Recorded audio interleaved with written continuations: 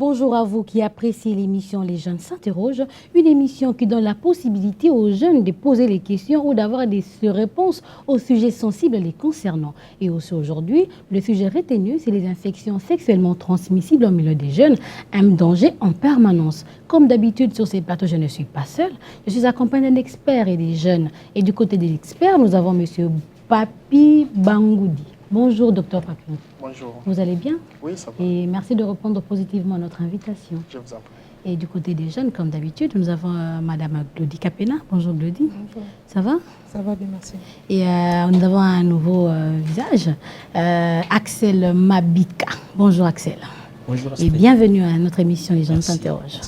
Dans l'entrée de jeu, comme je vous l'avais déjà annoncé, le sujet, c'est les infections sexuellement transmissibles au milieu des jeunes, un danger en permanence. Et déjà, en tant que médecin, pouvez nous dire un peu, c'est quoi les infections sexuellement transmissibles? Oui, merci. Les infections sexuellement transmissibles, ainsi que les IST, ce sont des infections contractées lors des rapports sexuels.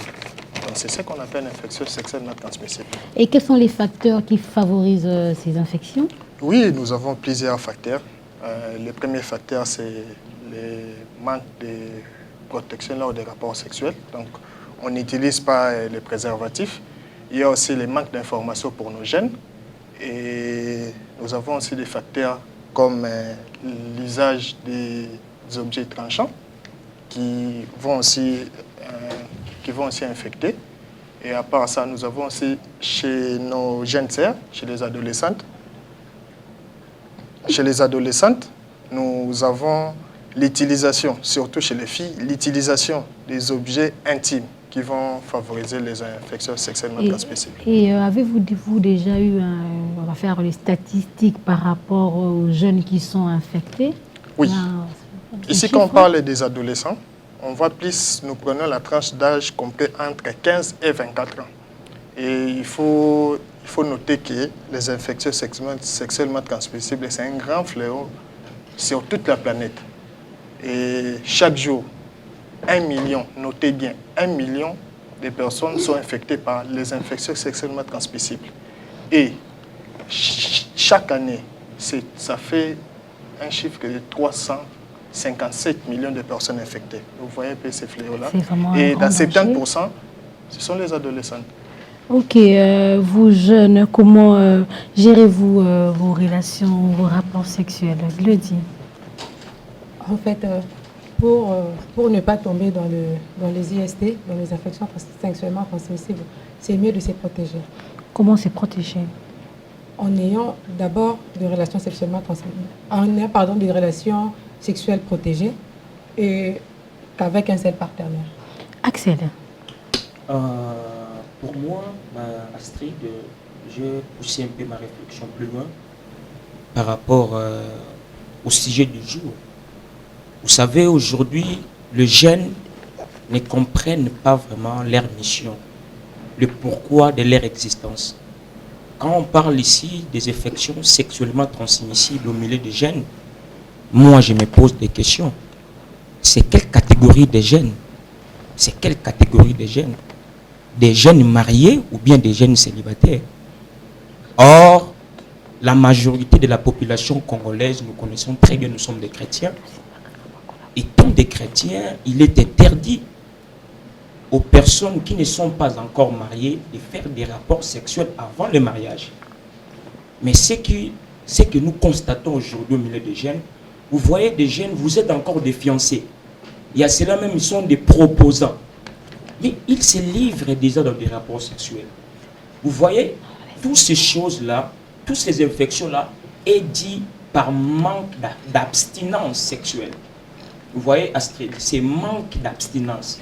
Quand vous savez très bien, je ne suis pas encore marié, j'ai une fiancée ou un fiancé, j'ai un proposant ou une proposante, je ne peux pas faire les rapports sexuels avant le mariage.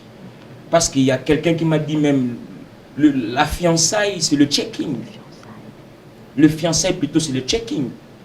Vous savez, tout ça, c'est parce qu'au préalable, le jeune ne s'abtienne pas au rapport sexuel. Et qu'est-ce qui pousse ces jeunes-là d'avoir les rapports sexuels? Parce que vous dites qu'il faut s'abstenir jusqu'à ce qu'ils se marient. Mais qu'est-ce qui est à l'origine? Qu'est-ce qui pousse, en fait? Qu'est-ce qui est à la base de ce besoin-là? Ce qui pousse les jeunes à avoir des relations sexuelles avant le mariage? Selon moi, le premier problème est d'abord, les jeunes vont vitement dans des choses qui ne sont pas utiles. Dans quel sens? Je m'explique.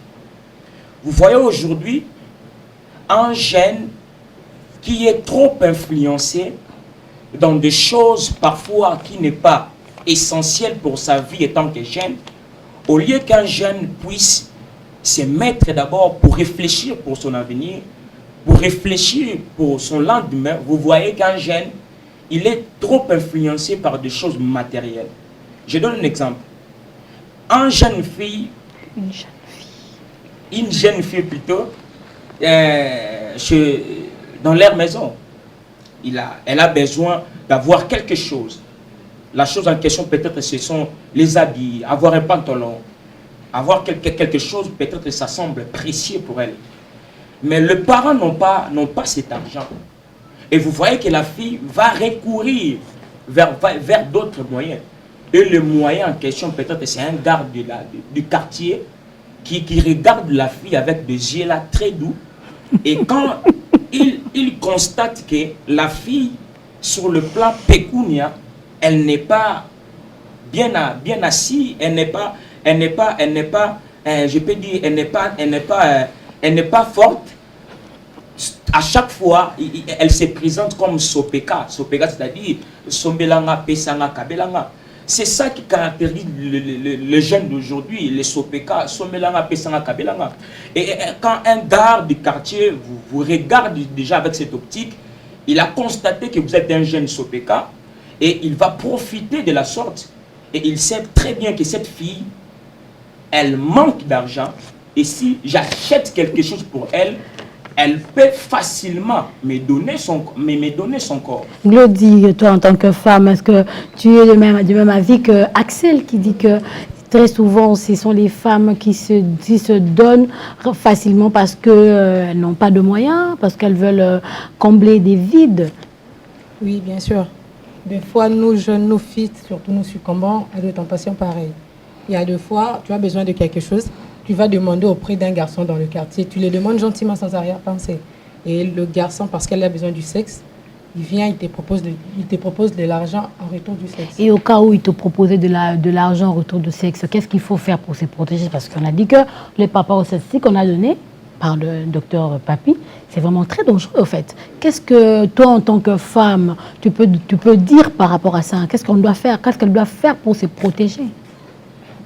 Pour se protéger, d'abord, il faut l'abstinence. Elle a besoin d'argent. Et elle va chez un homme qui dit, bon, je peux te donner de l'argent, mais en échange, tu me donnes ton corps. On ne gagne pas l'argent qu'en donnant du sexe. On peut travailler. On peut travailler, on peut vendre quelque chose au coin de l'avenue et gagner son argent. Je peux ajouter quelque chose strict. Vous voyez, aujourd'hui, nos jeunes sont caractérisés aussi par l'esprit d'égoïsme. Bon, pas l'égoïsme. Je peux dire un esprit paresseux. Nos jeunes aujourd'hui sont des paresseux. La jeunesse d'aujourd'hui ne veut pas travailler.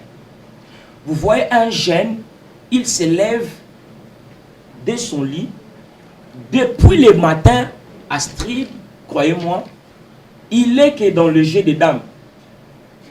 Il sait tous les événements qui se passent dans son avenir. Il n'aime pas travailler. Son travail, c'est de pavaner, comme nous disons ici souvent à Big TV. Il aime bien pavaner, mais l'esprit du travail, il n'y en a pas. Ok, on reviendra peut-être, ça c'est un autre sujet en fait, cet angle-là que tu as pris. Comme on parle des infections sexuellement transmissibles, docteur Papi, parce qu'il faut nous dire quelles sont les conséquences sur le plan sanitaire quand on cultive en fait, ces infections dans le corps. Oui, en un mot, j'aimerais d'abord balayer notre sujet, les infections sexuellement transmissibles. Il y a plus de 30 bactéries, parasites et virus concernés. Mais nous les regroupons en 8 pathologies que nous allons rapidement développer ici. Nous avons 4 qui sont curables et malheureusement 4 qui ne sont pas curables, donc qui sont incurables. Donc vous comprenez déjà les dangers. Parmi les 4 curables, nous avons la syphilis, nous avons la chlamydiose, nous avons la gonorrhée, et puis enfin, nous avons bon, je vais revenir là-dessus, ça m'échappe, nous avons, pour ceux qui sont incurables, nous avons en tête de liste le VIH, papillomavirus, qui est responsable du cancer du col. Nous avons, à part les deux là, nous avons aussi virus hépatite B. Virus hépatite B, ce qui nous fait déjà 3. Et à la fin, nous avons l'herpès virus. Pour les curables, nous avons ce trichomonas. Et parmi les 8 là, nous avons vu 4 curables et 4 non curables. Dans les conséquences sur le plan sanitaire, outre les conséquences immédiates, nous avons des conséquences à long terme. Par exemple, nous avons la stérilité. Et puis, chez les jeunes, donc les adolescents que je prends l'âge de 14 à 24, nous retrouvons des filles mères. Les filles mères, les conséquences sont, ils peuvent transmettre ces pathologies à leur bébé. Par exemple, nous connaissons tous les VIH qui peuvent être transmis de la mère à l'enfant. Puis si nous avons les papillomavirus, nous avons aussi la syphilis qui peut être transmise de la mère à l'enfant et qui auront comme des conséquences chez l'enfant. Faible poids de naissance, mortalité périnatale, l'enfant naît quelques jours après il est décédé. Nous aurons des malformations congénitales. Et ça, ce sont des conséquences du point de vue. Nous revenons maintenant auprès des personnes infectées. Nous avons des pathologies, des infections sexuellement transmissibles qui passent inaperçues. Donc, il n'y a pas de symptômes. Mais les porteurs transmettent ces virus-là ou bien cette bactérie à toute personne qui sera en contact intime avec lui. Donc, c'est ça les grandes conséquences. Et quels sont les signes apparents ou qu'on peut détecter facilement pour savoir qu'on est infecté? Nous allons rapidement balayer les signes. Nous aurons peut-être des dysparénies. Les dysparénies, en termes normaux, ce sont les douleurs lors des rapports sexuels, les douleurs au bas-ventre, les douleurs au niveau des testicules chez les hommes, les écoulements irrétrales chez les hommes et comme chez la femme. Et nous aurons des leucorrhées. Donc des écoulements anormaux chez la femme qui peuvent être d'une odeur nauséabonde et ça dérange même la femme. Ok, vous en tant que jeune, je sais que aussi ici à la télévision, vous pouvez dire que vous n'avez jamais contracté cela, mais comme vous êtes jeune, quand vous parlez avec d'autres jeunes, vous pouvez nous dire quand les jeunes sentent ces signes faits d'infection, qu'est-ce qu'ils font généralement? Ils vont à l'hôpital ou ils prennent les médicaments comme ça, comme on sait généralement, mais quand on est infecté, il faut prendre tel médicament, surtout pour les infections sexuellement transmissibles, les bouches à l'oreille, on dit que généralement il faut prendre tel ou tel autre produit. Qu'est-ce que les jeunes font exactement quand ils sentent ou ils remarquent qu'ils sont infectés, Glody? Bon, dans la plupart des cas, on s'était, puisqu'on a honte. On ne s'est fait pas soigner? Premièrement, quand c'est encore faible, on a honte de dire peut-être à un frère et une soeur qu'on a peut-être des douleurs au niveau du bas-ventre, parce qu'on sait tous que ce sont des infections sexuellement transmissibles qui nous dérangent.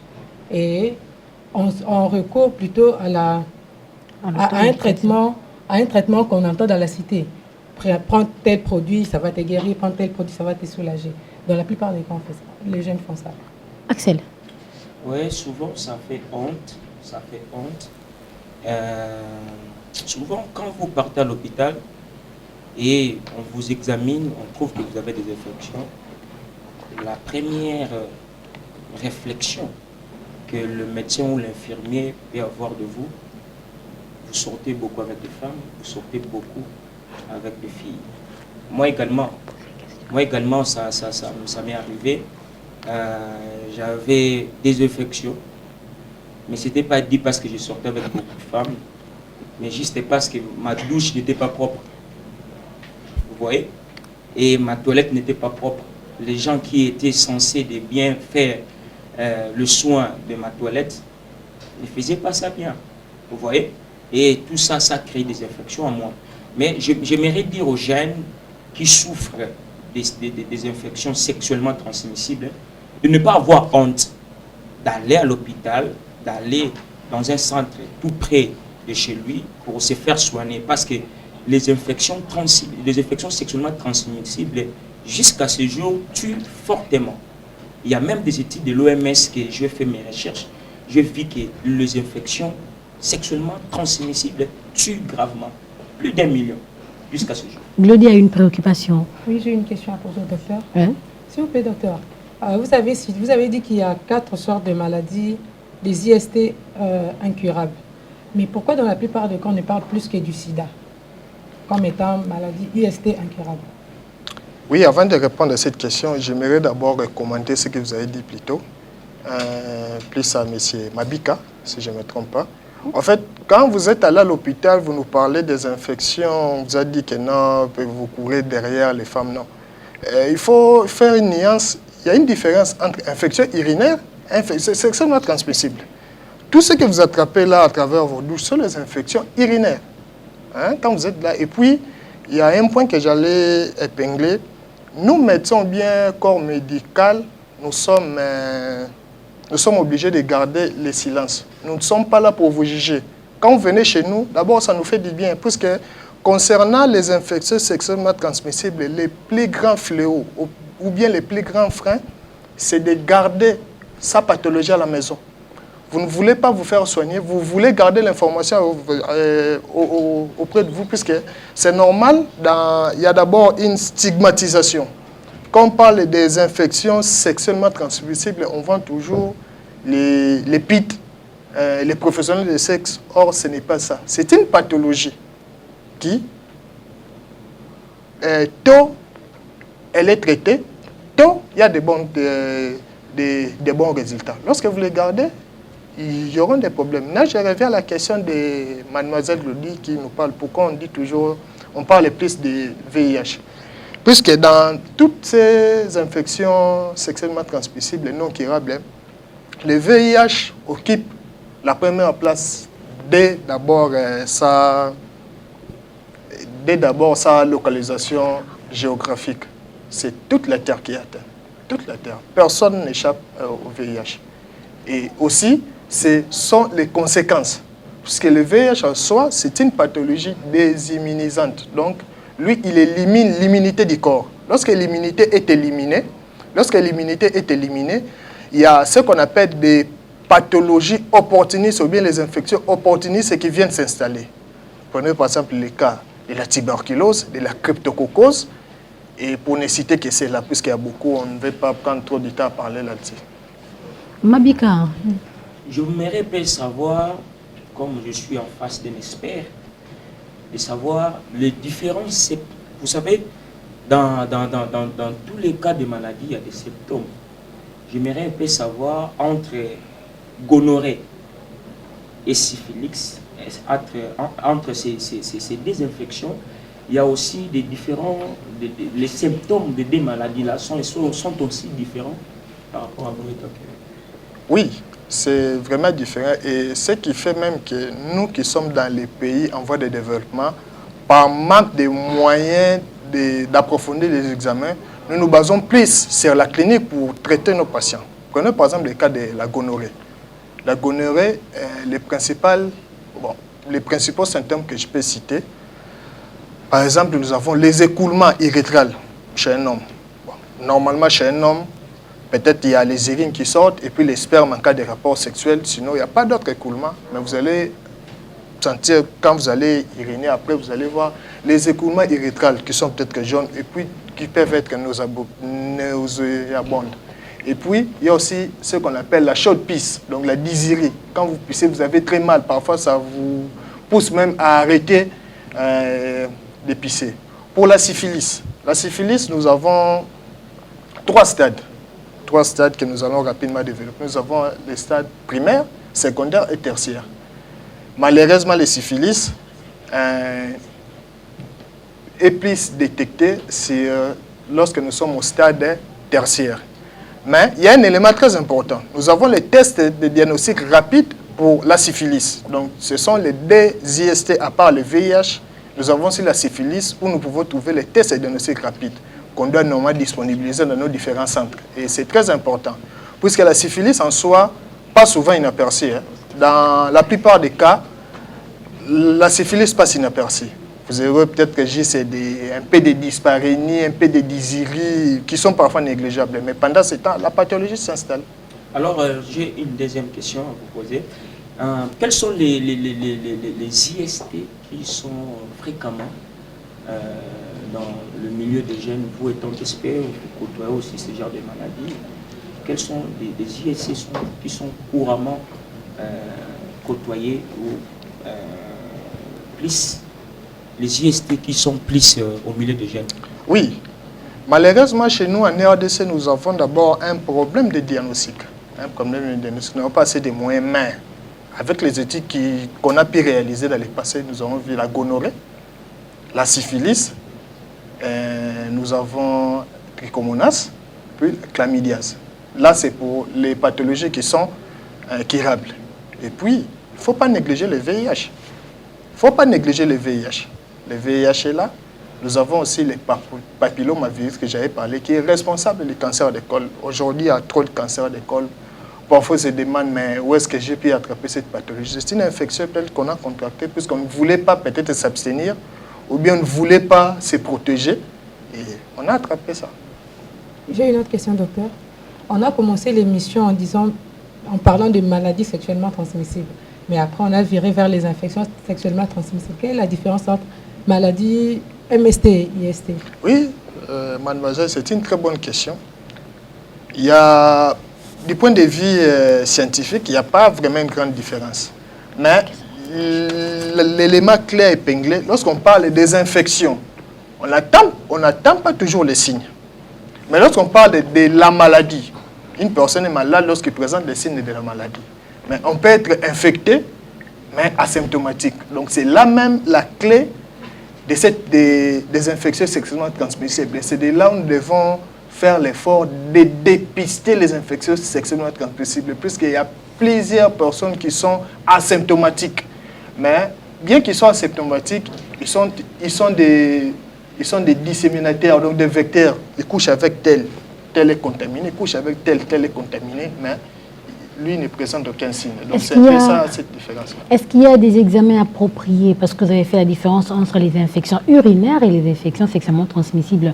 Y a-t-il des examens différents en fait pour détecter les infections sexuellement transmissibles? Oui. Tout à l'heure, j'ai parlé de tests et diagnostics rapides, par exemple pour la syphilis, tests et diagnostics rapides pour le VIH. Il y a aussi des examens spécialisés.